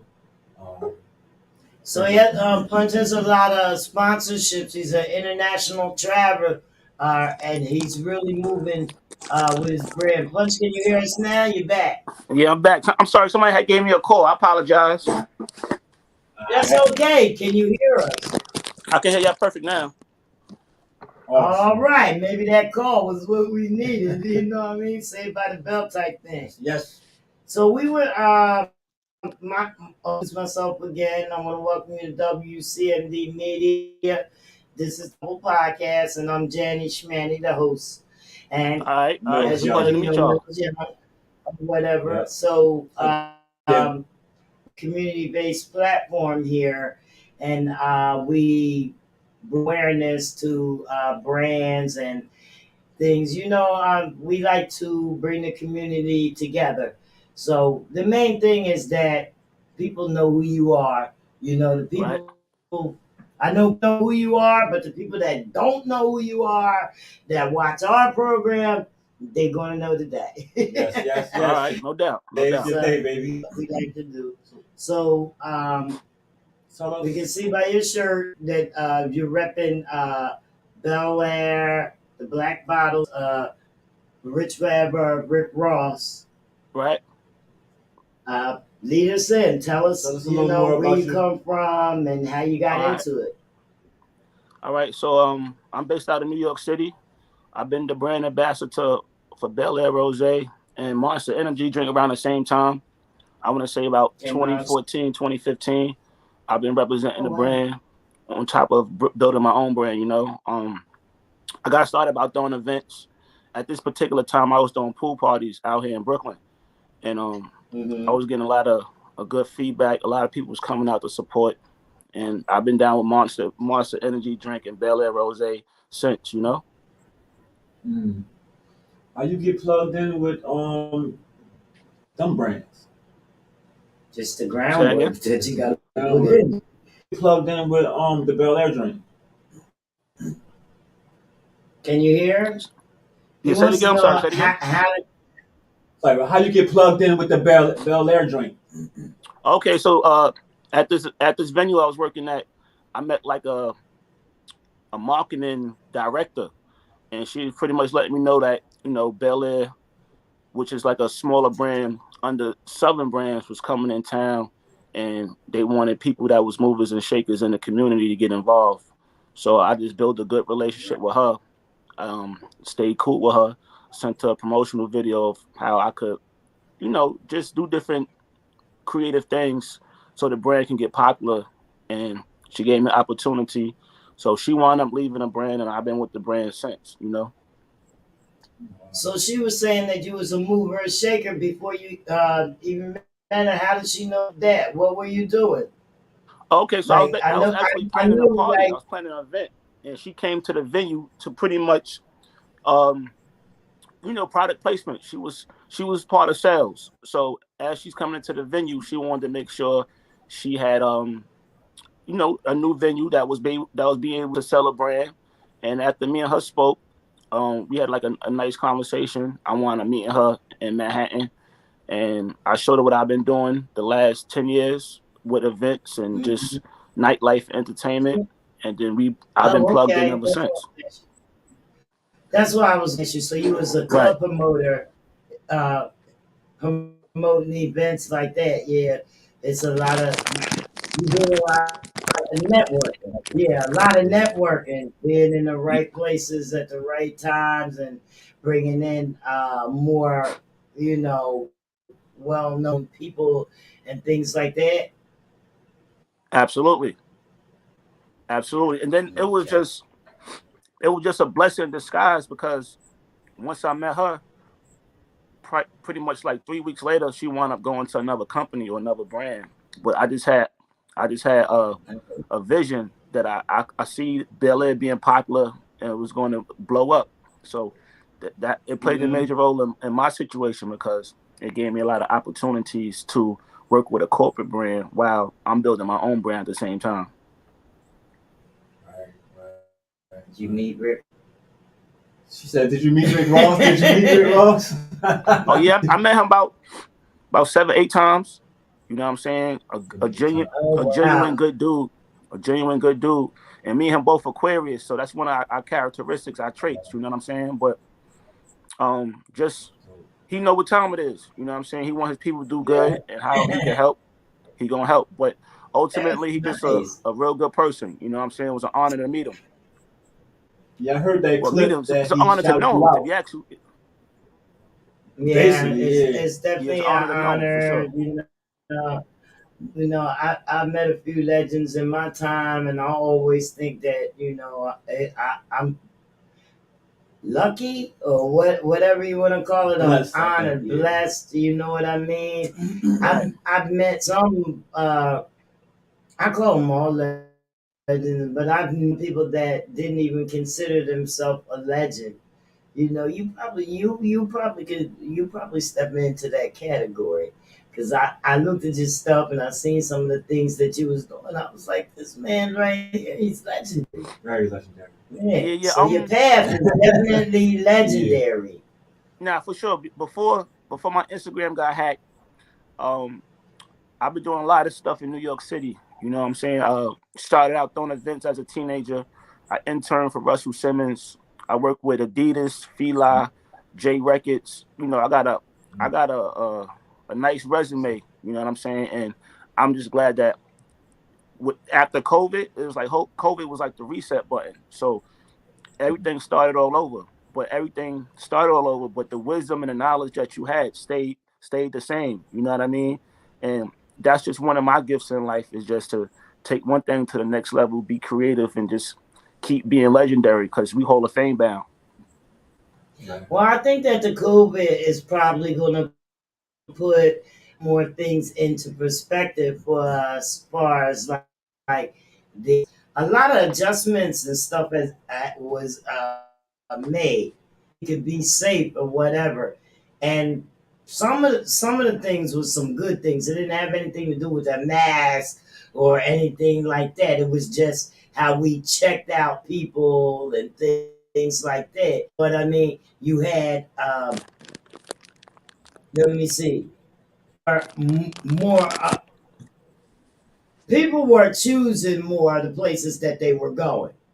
You know Right. what I mean? So that say you had an event, you're gonna have less people that aren't prominent coming, Right.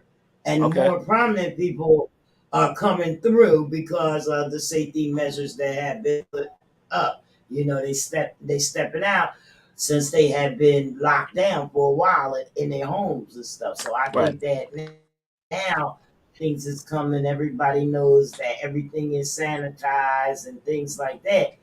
It's gonna do. So I wonder. My question is, what brought you to that event in Queens that time that we met, the first time that we met?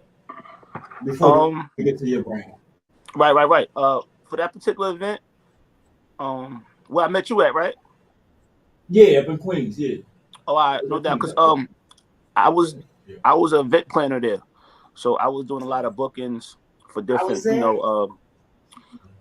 I was doing a lot Where? of bookings for different, say, creatives, Oh, different Yeah. promoters. So I was just getting them dates or whatever, helping them out get their events going. But I had a friend at the time. Well, I have a friend that was planning an event, so I said I'm gonna meet him over there. Then kind of find out how small the world is because I wound up connecting with D Collins, and I knew D Collins pretty much probably a year or two before that actual event. And it's a small world. I Yeah. know the Yeah. owner there. I knew two of the artists was there, and then I knew another girl that performed. So it was just right place, right time, small world. You know how that go. Yeah, that's how I met him. yeah. I think I might have had met you that night as well, but Oh yeah, I yeah, don't remember. yeah. I remember you now. Yeah, okay, okay. He You was remember me? there. I was busy. I ain't had these Yeah. braids. I probably had a bun. Right, right, right, right. Toasty. No, I wasn't toasty. I was on the stage when he performed. Yeah. That was Yeah, you was on the behind stage him. toasted. Uh-huh. I wasn't You was toasted. No, I toasty? wasn't toasted. What happened was somebody was treating me badly. Oh. And I said, you know what? They didn't know what Mills had inside him. That was the very first time he had performed that song. I knew every word. So I just Right, jumped up on the stage and I was just like, man, I right, was right, doing right, the right. most. Mm-hmm. stuff like that. He just You was in the corner he just quiet. had me like, Right. Yeah, you was in the corner quiet, and when I performed, and then we started chopping it up. We did the live. That was dope. but I got some good stuff out of that because I met a couple guys up there. My long-term memory is bad right now. I'm going through it. Okay. But anyway, what is his name? Ooh, baby. No, the wrestling guy. Oh, no, that The wrestler. I've him, Benny the Guido, you know, and a couple people because they called me upstairs for a meeting. So I went upstairs and I met with them and we was talking about their brand. We didn't do anything yet, but So I want to know your brand. What's you pushing? What are you doing for? What's your brand? Right. So my brand is Punch Dollar Entertainment. Punch Dollar Entertainment is a multimedia promotion company that specializes in product placement, brand strategizing, event planning, working with independent artists as well as major label artists. I got a hand on pretty much a little bit of everything in New York City involved in nightlife and entertainment. So I kind of look at it as a one-stop shop. You know, you could pretty much ask me to assist you with X amount of things, and I could be at one phone call you can make to get the job done. You know, and the world is our support system. You know, each one teach one.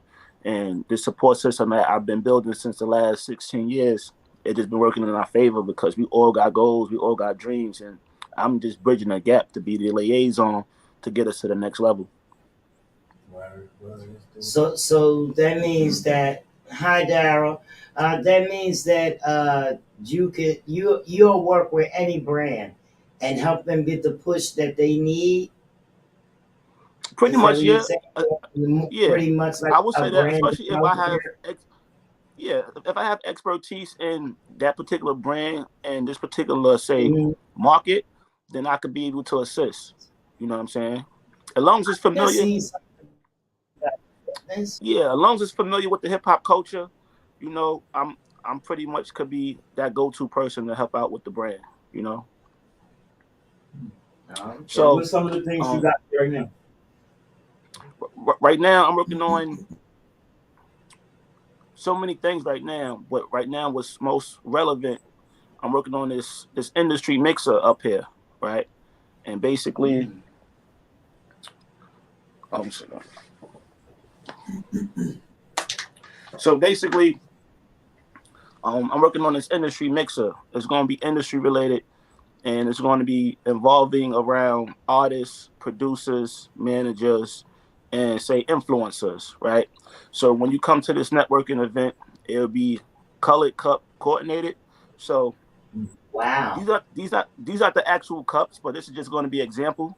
You know what I I mean? see a So vision already. right. So if you're an I artist, see a vision. if you're an artist, you get a green cup, right?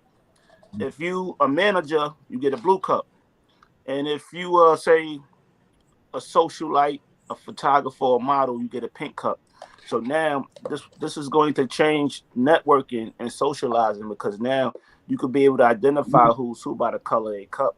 You know, and so many times where I'm a tastemaker, I'm an influencer, and I'm around for real. This is serious. I'm gonna You know take what I'm this saying? down because you can't let people see this. No, Say that again? I'm kidding. I'm kidding. I said I'm gonna take this down because you can't let people see this. I'm just Nah, for kidding. sure. But I'm showing It's it to y'all good. first. I'm showing it to y'all first. You know, I It's did good. so now being that I'm a promoter and I pretty much know everybody who's in an actual event. Well, not everybody, but I know everybody who's important. You know what I'm saying? But it's so many of my peers who be around that be missing out on opportunities because they don't know who's who. You know, we get caught up in a lifestyle where everybody's looking around. You're judged by what you're wearing, or you just judge. Sometimes it's for the good, sometimes for the bad, but you just never know who's next to you. And being that I know I want to be able to connect so many good people doing their thing, this concert is going to change the way we go out, the way we network, you know. And once you realize that you could come to an event that I'm having and you can meet exactly who you're looking for with a short period of time while you're there for, it's just going to enhance your business. It's going to enhance your brand. It's going to enhance the way you want to meet people now. So if I was an artist and I have a blue cup and I'm looking for a producer with a green cup, I can go straight to the producer to let him know exactly what I'm looking for. Do you have beats? And you'll know he have beats because he got the color of the cup. You know what I'm saying? And then a cup would be not just for liquor. It could be for juice. It could be for water. It could be for anything. You know what I'm saying? This is just something for you to say. It could That's be what I'm empty. looking for. Right. So I'm planning on doing this event sometime soon. Of course I'm a brand of cups. Of course I'm gonna have more to it. This is just a new idea, but I know once this idea catch on, it's gonna change the way people network, and this gonna be good for our culture because I've been around so many events where people just don't know who's who, and I know this is gonna help out a major way. People and again, are this is out. They just don't for have business cards. They don't have flyers. They have nothing. You don't want to touch everybody's dirty all the time. What's your brand? What's this? Yeah. Get in my phone. They don't use it. I think this is great because you can figure out who the person is and not have all that excess people in your phone.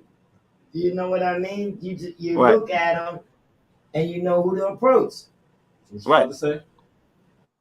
No, that's pretty much that. And this concept will eventually grow big, of course, where it's not only for industry mixers, because that's the industry I'm in, but it'd be for seminars. It could be for any type of industry. You know what I'm saying? Like if we take out music and we put in, I don't want to start freestyling with the concept, but I just know this is gonna start as a small event, but it's gonna grow into seminars and conventions. You know what I'm saying? Where it's gonna help networking. It's gonna change society in terms of how you meet people and who you're looking for. Yes. We will help you push that. We will help you push that. That I think is a great idea. It takes a lot of the guesswork out of networking. You have a lot of people that's afraid to approach people. They don't know how to say anything. When I see you with the rig, oh, so you're an influencer or whatever you designate the color to. Oh, so you're a producer. Is there any chance that you have a beat catalog that I can? You know what I mean? Hi, my name is Mills. I'm a music artist. Right. As random standing up, or the guy that's standing up by the wall like this. That's going to be dope. You know what I mean? Or you could walk in there. You could look like you worth $1 million and you're not worth anything. Yeah, for real. You don't got a cup, dog. You got a suit, but you don't got a cup. Right. Exactly. That's an awesome exactly. Brand, and then you gotta make them pay for the cup too. $10. No, you gotta make them at the event. You don't just get the cup. The cup has to be in the registration when you know what I mean? Because like sometimes you get people like, okay, I didn't register, but I came. Right. I want a cup, and I want a cup. Just get a cup because I'm Jenny Schmanny and I have a podcast. It's an extra fee for the cup. You're not registered to walk around with a cup. Yeah. So it's a whole lot. It's a whole lot of things, Yeah, for sure. It's great. But I think it's a good idea. Yeah, thank you. Then I plan on doing this probably, if not this month, maybe next month. I'm gonna have artists come out, Mel, to perform. So you're available. Let me know your schedule. So I would definitely want you to attend this networking experience where it's photography, it's an in-studio session, it's a performance, it's kind of like a pop-up shop style, and ultimately it's just something different and new. You know what I mean? In terms of having 5-6 different things going on at one time. Right. So the loft part and the building that you showed me that night. Talk about a little bit about that. Right. So it's loft 2519. The address is 25-19 Borden Avenue. That's Long Island City in Queens, which is 15 minutes from the city. It's inside of a loft. So we have two components. We have the loft space, and then we had a recording studio. So now you got a party and a studio attached to one another. So now when an artist get into the studio, record, save it, finish it, he can come outside the room and perform it in front of the guests. You know what I'm saying? Because most times, That's and great. that's what would change the. Great. It's like the barber shop or the hair salon. Like the first 15 seconds after you leave in the barber shop or the hair salon, you feel really good. You know what I mean? So I know I'm not an artist as a recording artist per se, but I can only imagine once you finish that record, the first 15 seconds after you realize it's done, you feel really good. You know what I mean? So now imagine you finish the record and then you stepping outside into the loft space where people doing photography, videography is going on. Then you get a chance to perform in front of these influential tastemakers. You know what I'm saying? I See, know so that after you, right. I can right only after imagine that. you recording it, sometimes the artist is not ready to jump on the stage right after they record. They sometimes have to take a little practice, but then again, you get those artists that are just that Prepared, good, yeah. prepared to do It's that. all about Yeah, but then practice. again, I wouldn't have the artist make the song in the studio to perform it like seconds away. So this could be a song that they've been working on. They pretty much putting the finishing touches on it, and Okay, then they yeah, step out. finish Like something where mastering they it. already familiar with, so it ain't too much pressure on them per se. You know what I mean? Yeah, But I just that's think gonna be that fun. that That's but I just fly. think that yeah, I just think that experience will be dope because you don't get to like even at my last event for my birthday, I had photo shoots. I had the artists playing their music. I had producers playing their beats. I had different vendors in there, like a pop up shop format, and then I had the See, networking aspect of it. So now, that's what we if all that's going on at one time, it's going to be a different experience, and that's pretty much all I want to create is a new experience. You know what I mean? we basically did that here on February 20th. I had the Dead Presidents Industry Night Okay. with Judah Priest and them, that whole crew. And well, the artists performed. We had the vendors and all the stuff going on, birthday party going on. And then we came in here during and we gave artists interviews and things like that. We didn't record music, although we do have a recording studio here, but it's not attached to, the particular event space that Open space like that. yeah, we have Yeah. we have a lot of. This is a community center. We're on 5 acres. Okay, that's dope. Yeah, so you might want to bring something over here. So you coming to Philly soon, right? Say that again. You can come. You coming to Philly soon, right? Yeah, I'll You be at coming out Philly here to soon for Philly sure. soon, right? Yeah, definitely. What's that going to be about? Yeah. Well, my first plan, what they say, a minor setback for a major comeback. So I was planning on going out there to do my pop up and shop tour because during COVID I was doing pop up shops every week, and I got a lot of good feedback. I got a lot of access to a lot of vendors. For Juneteenth out here, I did one of the biggest pop up shops with Power 105 radio station, and it was successful. So I wanted to take this concept on the road to a 10 city pop up shop tour. But then once my Wow. page got hacked, it kind of like it was just like a setback. You know what I mean? But I'll be in Philly within the next 2-3 weeks, so I'll be seeing y'all soon. Yeah. Okay. We're in New Jersey here. This is Camden, right next to Philly. It's like 15 2 minutes away. seconds. So tell me out. Y'all live in Jersey or y'all live in Philly? I'm from Philly. I live in Philly. I live She in live in Jersey. Yeah. This is But it's that Jersey, close where though. we're at now. We're in Jersey. So how far is Philly from How far is y'all how far is that? We have a bridge span that connects Philly and Jersey. Only 2 minutes away Oh, for real? from Philly. Yeah, over the bridge from Philly to Jersey. Only 2 minutes away. Oh, all right. You know what I mean? All right. Yeah, That's dope. it's really small. Yeah, okay. Yeah. You ever been to Philly before? Yeah, I've been there 2-3 times. Okay. Yeah. Yeah, I've been there two, We- three times. Yeah, I've been there 2-3 times. I had to go to Geno's when I got out there. That's not go to Gino's. Go to Jim's on South Street. Then I went to gyms Forget too. Gino. I heard You Geno's is like for better. her Geno's is for the Yeah, tourists and gyms is for us. that's right. You got it. Uh, Yeah. But the tourists found out because the line is wrapped around the corner. right. All right. I like gyms. Right. Yeah, I make some good cheesesteaks too. Come holler at Mills, man. I can make a good cheesesteak. Yeah. I'm buying some chip steak this week, and you can come and cook. Mills All comes right. over to my house a couple times when we working or This is something. my manager, actually. Yeah, and I always let him cook. I like All when right. people cook. I do. I'm a jack of all trades, so I do my nephew's taxes today. He brings his wife or whatever, and I say, "Oh, I got some dried beef and stuff in there in the refrigerator or whatever. If you want to make it," she made the whole breakfast. She just Yeah. drink All coffee. right. Huh? All she do is drink coffee in the morning, and that's her day. You know what? I'm a great, excellent cook, and like I get in the mood, and then I will cook everything. What's some of the things you like to eat? Say that again. What's some of the things that you like to eat? To eat.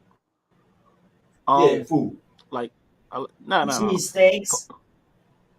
Uh, not often. Not often. I go to like a place that's like gyms, or if you specialize in that, I try it. You know what I mean? But I like pasta. I like Italian food, pasta. I like Yeah. like what I no, truthfully Yeah, I try it all. You know what I'm saying? I try it right. all from So yeah, like so I'm really a foodie. Like if the food is good, I'm gonna try it. Like I even have more than 15, 20 ethnic type of foods, from right. African to Greek, you know. So I tried it all, even from alligator to shark. Like I try all those I type of was things just as well. You asking know what I has he mean? ever eaten alligator. Alligator yet? Yeah. Right. They were No, talking it about. sounds I crazy, but don't it think tastes I'm going good. to try alligator. Tastes Frog good. legs. Frog legs. Frog legs. Yeah, so I ain't really. Gotta be fried though. You know Gotta what be I seasoned mean? right. So None of it. So what's some of the things you got on that table, man? That you want to He share said with he us? got on the table. That's um the Bel Air. I'm gonna show. It's just the way I had it stationed. It was kind of like off balance. You feel me? But I definitely got some gifts for y'all. You know what I'm saying? I definitely got some gifts. I got some Bel Air stuff. I got some Monster Energy stuff. From wristbands to T-shirts to just some merch. And I'm just letting y'all know I appreciate y'all Yeah. for thinking about me and having me on y'all show. It means a lot, because I don't really do a lot of these, and I know I should start doing these more. But I'm gonna get past that part. But I just got some stuff for y'all. You know what I'm saying? Nothing too crazy, but it's Well, just you T-shirts. can always practice. Oh It's a wow! surprise in here. I can't show y'all yet. And then I'm gonna have All some right. drinks for y'all as well. You know what I'm saying? So Thank we you. just gonna toast Well, to we definitely want to attend your pop up or whatever you have. Just let it. We following. We here for So you. yeah, Yeah. we following. So we definitely want to attend. Like you say, you don't know if he's gonna be busy. He's not gonna be busy. I'm gonna be available. Believe that. yeah. He's not gonna be, and I'm My gonna man, come and watch. She's coming. Yeah, that's what I doubt. All right. Yeah, man. Yeah. And I'm gonna promote it as well. So Yeah, Right. that's what I And, do. and then there'll be a performance attached to it too. You know what I'm saying? A nice performance where I'm putting everything together. So I just want it to be where once you see a package, you will say, "This is dope, and this is something different, and I want to do more things like this." And then this template we could take to Philly, we could take to Jersey, we could take to anywhere because it'll be a new concept from the cups to a studio to the photography to the pop-ups. Like we putting everything together. You know what I mean? And it's like a cake. People always say you'll never eat flour by itself or eggs by itself or sugar by itself, but when you put everything together, you get a cake. And that's what we're gonna pretty much do is make our own new cake. That's dope. I got some things in here that I thought about because I also do marketing and stuff like that. Not as big as you, but like with my other artists, we did well, he actually did on mixtapes and everything, but it was endorsed by F and Vodka. Yeah, you know my mind is crazy. F and Vodka and stuff like that. But far as marketing and networking things, I have some ideas that I want to talk to you about All right. a later time. So it might, Yeah, maybe I'm all can for it. some Like concept. the I sky's the limit. You know what I mean? This is just give time. them This is to put you. our this is the time to put our thinking caps on and take it to the next level. So I'm all for it. Oh And it's like, yes, yes. and like the people I'm around that influence me, who I influence, we plan on changing the world for real. You know what I'm saying? Because not only are we Yeah. innovators, but we visionaries, and we gonna get there. And we got a passion for what we talking about right now. So I'm down with y'all for sure. We So down with you you. do, and you do a lot of traveling. I see. Yeah, I still do. That's, yeah, still So we got traveling. we got tri-state area, of course. We got Atlanta, we got Florida, we got Louisiana, we got Memphis, and LA and Vegas here and there. See, brands are Yeah. worldwide. You can't be bottled up into one No. specific area. Yeah. You know what I mean? Yeah. Like this what he's doing is amazing. Yeah. It's amazing Yeah. the way you Yeah, good looking, bro. you know. Yeah. I don't know exactly where you started, where you just thought like I'm going to do, this, but you have done it. Right. You know what I mean? Like I can pinpoint where I said, "Well, this is what I want to do." You know what I mean? But I'm still doing that.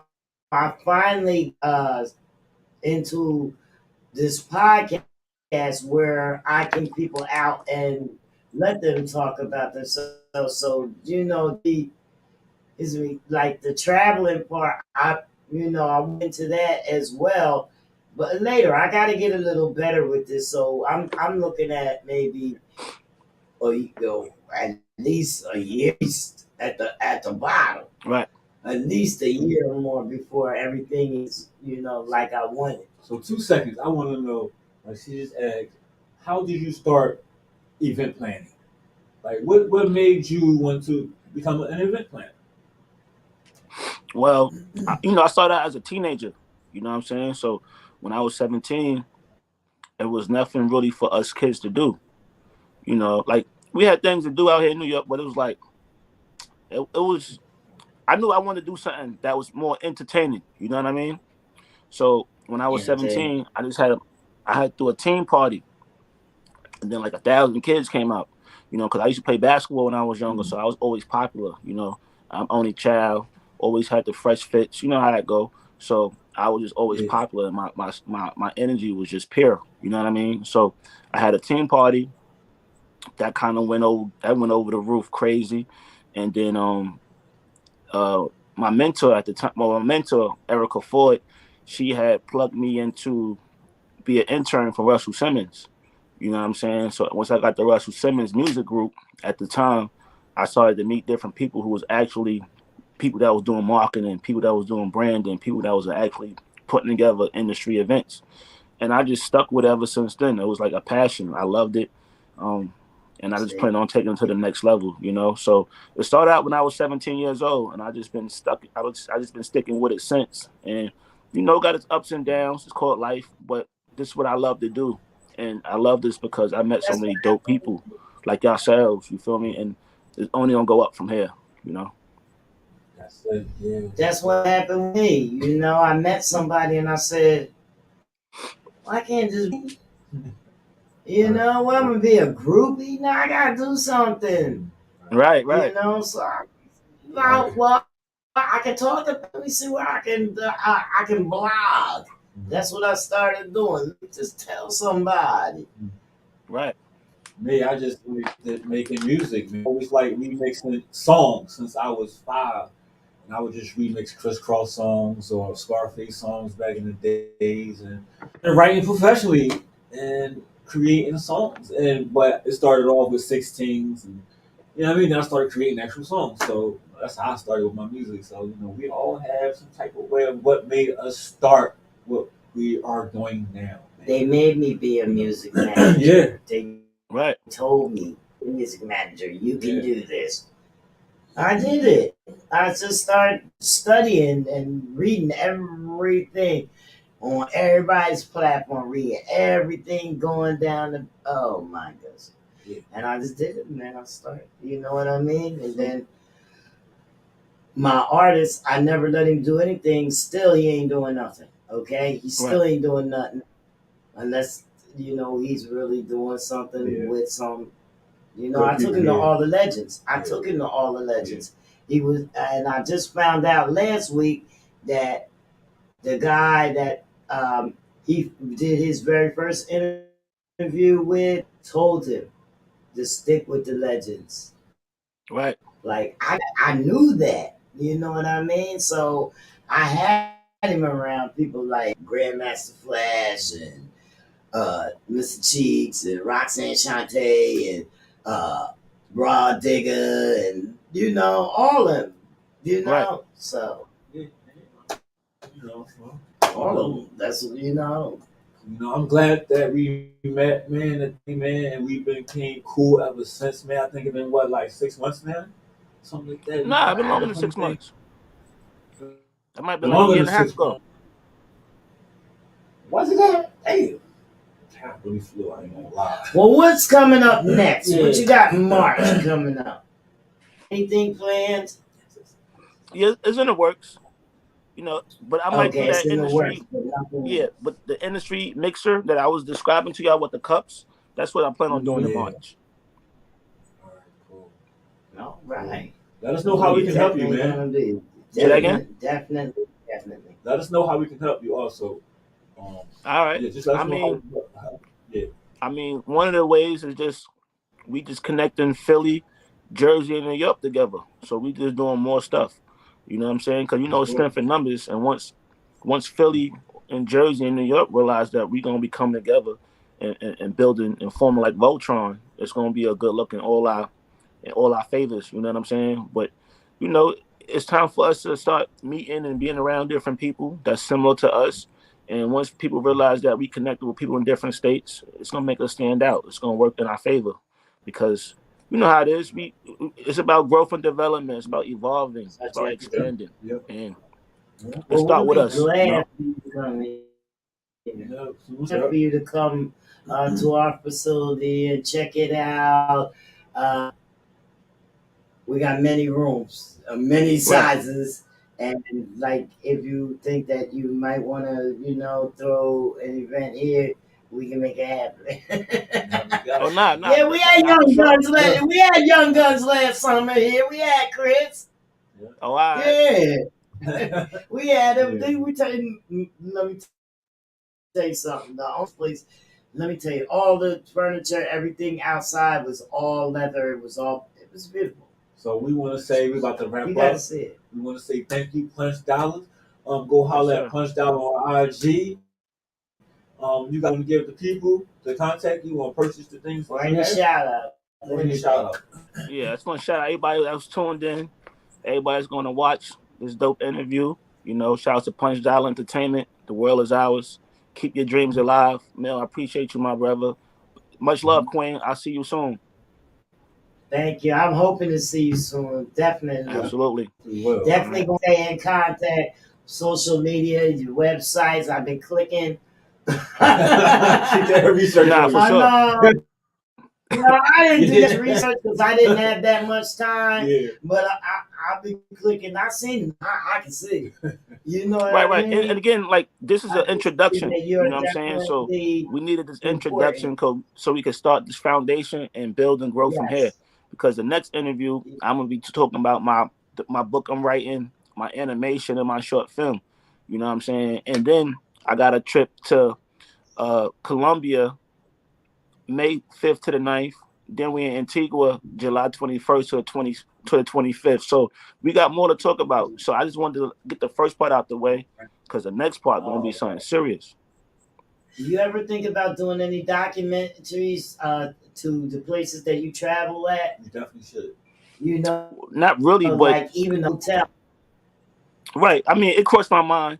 It crossed my We mind, but gotta talk. we yeah, gonna we can talk. talk. We Document your gonna life, talk. baby. Yeah. We Yeah, gonna for sure. talk, Mr. Anderson. We gonna talk. Yeah. It's a lot All of right. things. Yeah. All right. All right. Thanks, Yeah. So yeah, Dallas, Mills, I man. Thank you appreciate you so again. We gonna talk much. later. Let's say our time is Yeah, run we're gonna out. take it, all right? All right. All Thank right. you, Well, thank you. All right, later, We'll y'all. be Peace. talking to you soon. Yep. All right. Peace. Thank you, folks, for joining us today on the Comfort Level Podcast. So, once again, our time has expired, and we were here with Punch Dollar, extraordinaire influencer. That's what I'm calling extraordinary influencer.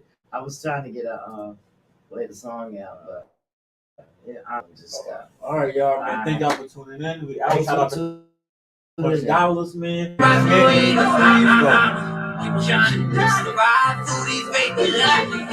I can fuck.